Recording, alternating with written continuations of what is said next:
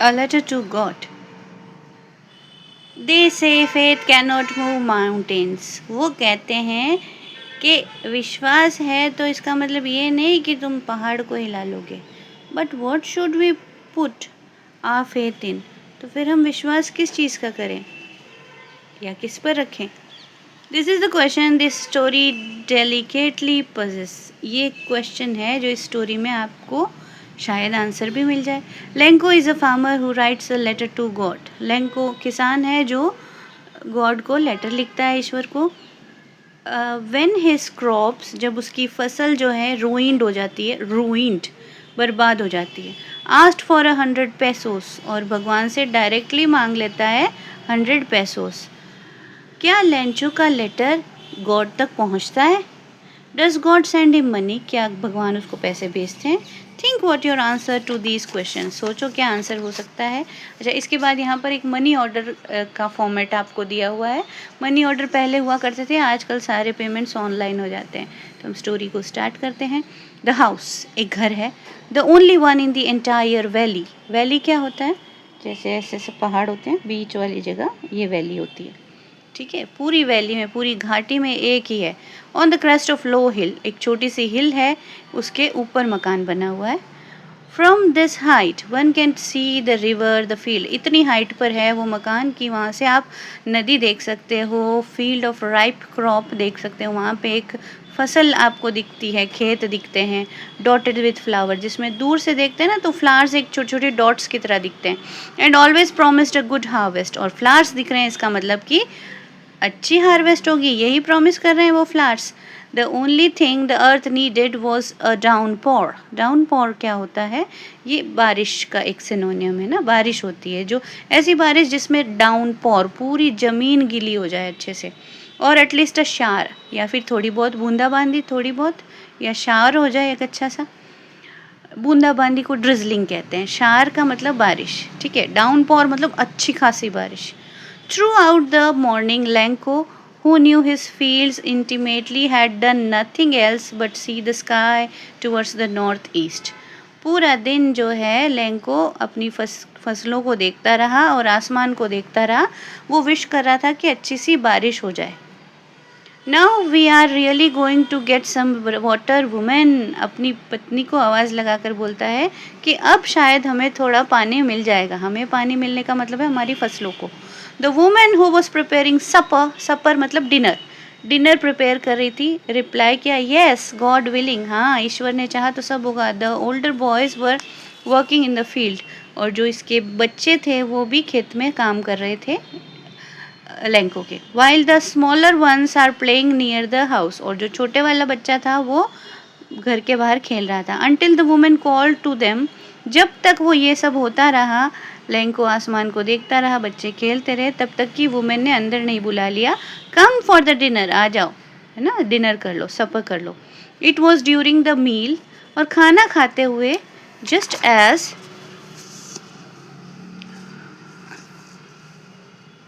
Lanco had predicted, वही हुआ जो लेंको ने प्रिडिक्ट किया था, सोचा था, भविष्यवाणी की थी. Big drops of rain begin to fall. बड़ी बड़ी बारिश होने लगी. In the north east huge mountains of clouds. और बड़े बड़े बादल दिखने लग गए. अप्रोचिंग मतलब पास आते हुए, नॉर्थ ईस्ट की तरफ से. द एयर वॉज फ्रेश, बहुत साफ़ सुथरी हवा थी. The man went out for no other reason than to have a pleasure of feeling the rain. वो खाना खाते हुए उठा और घर के बाहर गया ताकि रेन को अपनी बॉडी के ऊपर फील कर सके. And when return he exclaim, और जब वापस आया तो चिल्लाया खुश होके, दीज आरंट रेन ड्रॉप्स, ये बारिश नहीं है, falling from the sky, they are new coins, ये सिक्के हैं आसमान से आ रहे हैं. मतलब क्या है कि जब फसल अच्छी होगी तो अपने आप पैसे आएंगे. The big drops are 10 cents pieces and the little one are 5s. मतलब बड़ी बड़ी ड्रॉप्स है वो तो बड़ा वाला करेंसी है, बड़े पैसे हैं, और छोटे वाले छोटे. With a satisfied expression he regarded the field. बड़ा संतुष्ट होके वो अपनी खेतों को देखता है. ऑफ राइप कॉर्न, जिसमें जो कॉर्न है, मक्का है, मक्की है, वो पक चुकी है. विद इट्स फ्लावर्स, उसमें फूल आए हुए हैं मकई के. ड्रेप्ड इन, ड्रेप्ड इन का मतलब है कवर कर लेना, है ना, ढका हुआ. इन अ कर्टन ऑफ रेन, अब वो बारिश से पूरे ढक चुके हैं, गीली हो चुकी है पूरी field. But suddenly a strong wind begin to blow, तभी एक स्ट्रॉन्ग विंड शुरू हो जाती है. And along with the rain very large hail storms begin to fall, बारिश के साथ साथ हेल स्टोन्स क्या होता है, ओले ओले गिरने लग जाते हैं. These truly did resemble new silver coins, और लैंको खुश होकर कहता है अब तो सिल्वर चांदी के सिक्के आ रहे हैं, है ना. बारिश वो हेल स्टोम वाइट होता है ना, ओले. Exposing them self to the rain, सब बारिश में बाहर आ जाते हैं. Run out to collect these frozen pearls किसको कहा है, ओले जो गिर रहे हैं बारिश के, वो कलेक्ट करने के लिए बच्चे आ जाते हैं बाहर. It's really grating bad now exclaim the man, I hope it passes quickly. फिर कहता है अरे नहीं ये तो ज़्यादा हो गया है, अब ओले ज़्यादा हो गए, काश ये जल्दी से गुजर जाए, ज़्यादा ओले ना पड़े. For an hour the hail rained on the house. 1 घंटे तक इसी तरह ओले गिरते रहे. The garden, the hillside, the cornfield on the whole valley. और इसी तरह पूरी cornfield जो है वो भर गई. The field was white. पूरी फील्ड सफ़ेद दिखने लग गई, अब सब पूरी बर्फ़ ही बर्फ़ हो गई. As if covered with salt. लग रहा था नमक से भर गई है पूरी. Not a leaf remained on the trees. किसी भी पेड़ पर एक पत्ती भी नहीं दिख रही थी. The corn was totally destroyed. 1 घंटे के अंदर जो इतने खुश हो रहे थे अब बिल्कुल दुखी हो गए. The flowers were gone. Flowers भी चले गए. From the plants, Lenko's soul was filled with sadness. Lanco की आत्मा तक दुखी हो गई. When the storm had passed, जब स्टॉर्म ख़त्म हुआ, he stood in the middle of the field, अपनी फील्ड जो पूरी रूइन हो चुकी थी, बर्बाद हो चुकी थी, वह उसके सामने खड़ा होता है और बोलता है अ प्लेग ऑफ लोकेस्ट. कि अगर लुकेस्ट क्या होता है पहले तो ये जान ले. लुकेस्ट एक टिड्डी दल होता है जो खेत को पूरा ख़राब कर देता है. पूरी की पूरी आर्मी, एक पूरी बारात आती है ऐसे कीड़ों की जो पूरी की पूरी फील्ड को ख़राब कर देते हैं ना. तो क्या कहता है वो, a plague of locust have left more than this, इससे तो ज़्यादा छोड़ देती. The hail has left nothing, इस हेल स्टॉर्म ने कुछ भी नहीं छोड़ा. मतलब अगर टिड्डी दल भी आ जाता, है ना, लोकिस्ट भी आ जाते तो भी वो थोड़ा बहुत तो छोड़ देते मेरे लिए. This year we will have no corn, इस साल हमारे पास ना तो कॉर्न है. दैट नाइट वॉज सॉरोफुल, वो रात बड़ी मुश्किल थी लेंको और उसकी फैमिली के लिए. All our work for nothing, हमने जो काम किया कुछ भी नहीं रहा, कुछ बचा ही नहीं, सारा वेस्ट हो गया. There is no one who can help us, अब कोई हमारी हेल्प नहीं कर सकते. We all go hungry this year, हम सब के सब भूखे मर जाएंगे इस साल. नेक्स्ट पार्ट हम नेक्स्ट वीडियो में. A letter to God second part. Okay, ये जो क्वेश्चंस है इनका मैंने इससे पहले वाला जो वीडियो है उसमें आंसर्स अपलोडेड है, you can go through and check out. But in the tears of all who lived in that solitary house, लेकिन हर किसी के दिल में जो उस सॉलिटरी मतलब अकेले घर में, उस वैली में एक अकेला घर ही था इसका, लेंको का. In the middle of valley there was a single hope, एक ही आशा बची थी अब कि ईश्वर से कुछ मदद मिल जाए, यही आशा थी. There was a single hope. Don't be so upset even though this seems like a total loss, remember no one dies of hunger. तो यहाँ पे लेंको कहता है कि अपसेट मत हो, दुखी मत हो, अपने परिवार को कहता है याद रखो कोई भी भूखा नहीं मरता. इसका मतलब है कि अगर ईश्वर ने हमें पेट दिया है तो उसको भरने का साधन अपने आप देगा, वो सब कुछ करेगा ईश्वर. ये इसका ऑप्टिमिस्टिक नेचर था ना लेंको का. That's what they say no one dies of hunger, इन यही सब ने कहा है कि कोई भी भूख से नहीं मरता. दे से मतलब ये सेइंग है. All through the night Lanco thought only of his one hope, the help from God. रात भर यही सोचता रहा कि भगवान से मदद मिल जाए. Whose eyes as he had been instructed see, उसको यही मन में था कि जो भी उसको बताया गया था बचपन से कि no one dies of hunger. Everything even what is in the deep in one's conscious, यही उसके एक आत्मा के अंदर, कॉन्शियस मतलब कंसाइंस मतलब आत्मा के अंदर जो आत्मा है, an inner sense of right और रॉन्ग, मतलब उसकी जो अंतर आत्मा है वो उसे बता रही थी कि क्या सही ही होगा, अब जो होगा वो ठीक ही होगा. Lanco was an ox of a man, ox of a man मतलब कि वो एक मतलब एक बैल की तरह काम करता है, working like animal in the field, but still he knew how to write, लेकिन उसको लिखना आता है। The following Sunday at the day break he began to write a letter. Sunday आया और उसने एक लेटर लिखना शुरू किया, which he himself would carry to town and place in the mail. अच्छा, पहले लेटर्स लिखे जाते थे, आजकल तो इनकी ज़रूरत ही नहीं पड़ती। तो उसने क्या किया, उसको मेल बॉक्स में ना, पोस्ट, एक कोई मेल बॉक्स होते थे, रेड कलर के बॉक्सेस हुआ करते थे पहले, जिनमें लेटर्स डाले जाते थे। It was nothing less than a letter to God. कुछ भी नहीं था उसमें, सिर्फ एक लेटर लिखा हुआ था। गॉड, अब लेटर में क्या था? He road, if you don't help me my family and I will go hungry. मैं भूखा ही रह जाऊँगा, आप मेरी मदद नहीं करोगे तो। आई नीड 100 पैसो in order to sow my field again. मुझे 100 पैसोस चाहिए, ताकि ये करेंसी है ना, बाहर की, रशिया की है शायद। So my field again and to live until, pesos की currency of Latin American countries. पुराने समय में हुआ करते थे pesos. Until the crop comes, तब तक, जब तक क्रॉप्स नहीं आता तो तब तक मुझे 100 पैसोस चाहिए, ताकि मैं अपने खेत को फिर से उगा सकूं और मेरे घर के लिए कुछ खाना ले सकूं। बिकॉज द हेल स्टॉर्म, क्योंकि आपको पता ही है हेल स्टॉर्म आया था।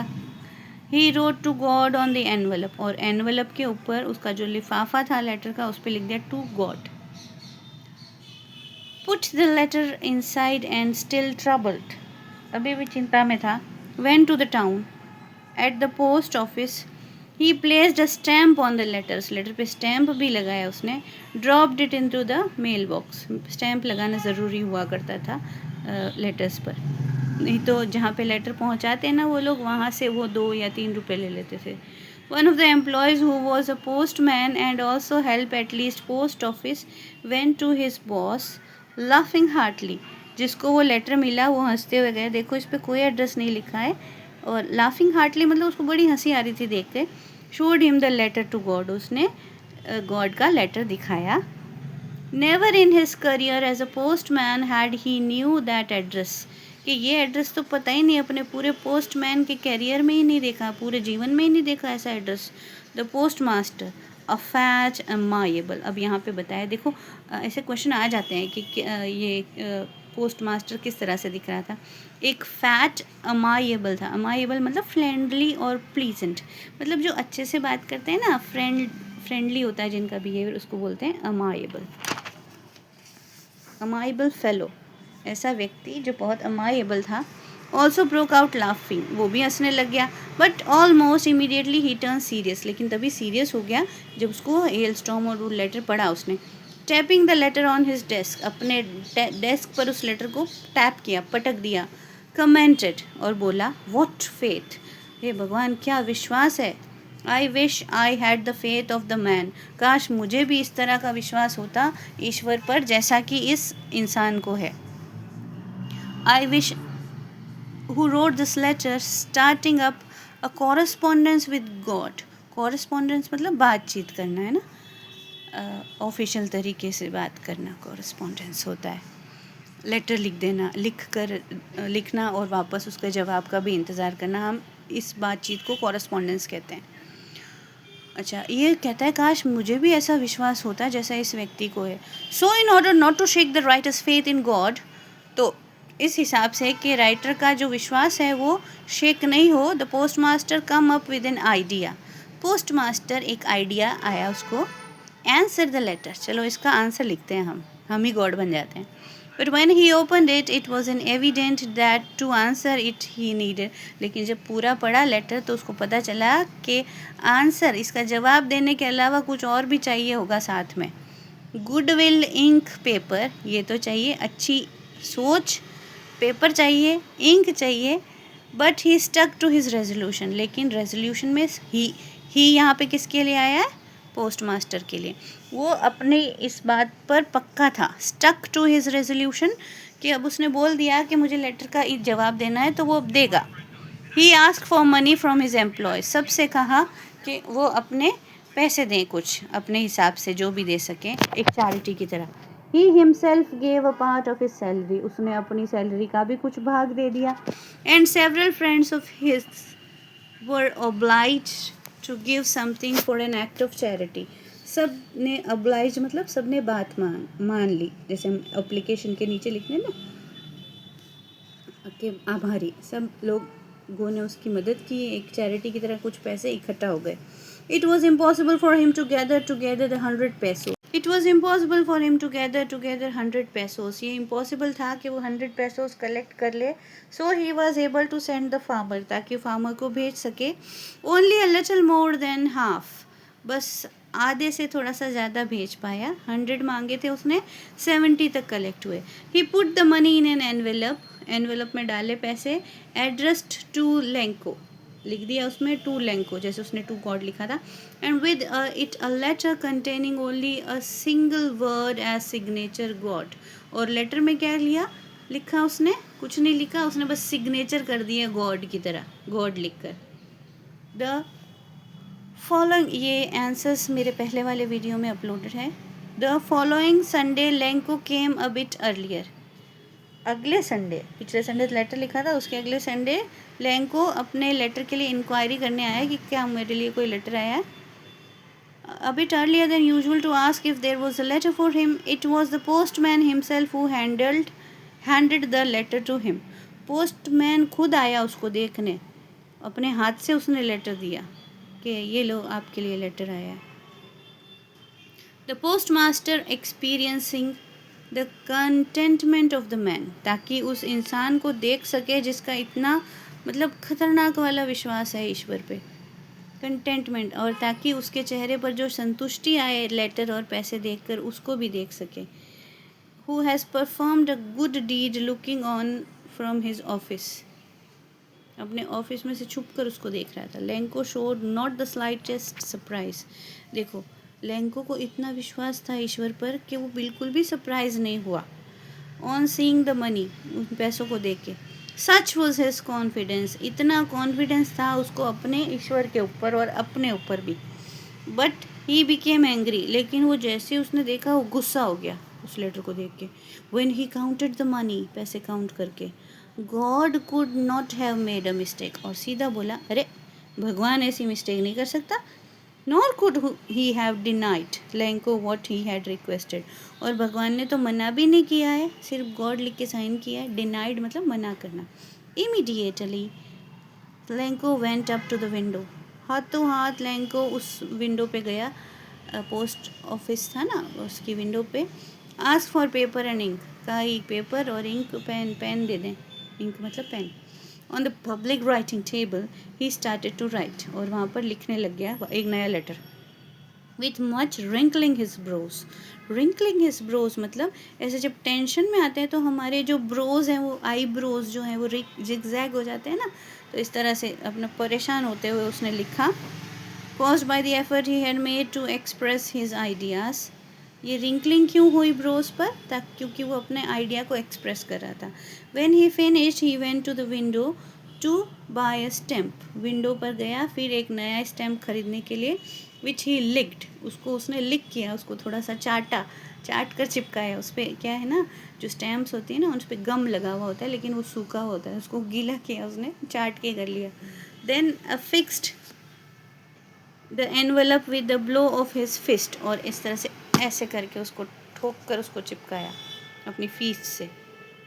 The moment the letter fell into mailbox, जैसे ही वो लेटर मेल बॉक्स में गिरा, the postmaster went to open it. Postmaster गया वहाँ उसको खोलने के लिए लेटर को. It said, लेटर में क्या लिखा था, God, of the money that I asked for only 70 pesos reached me. भगवान, मेरे पास तो सिर्फ 70 पैसोस पहुँचे हैं, आपने तो पूरे भेजे थे.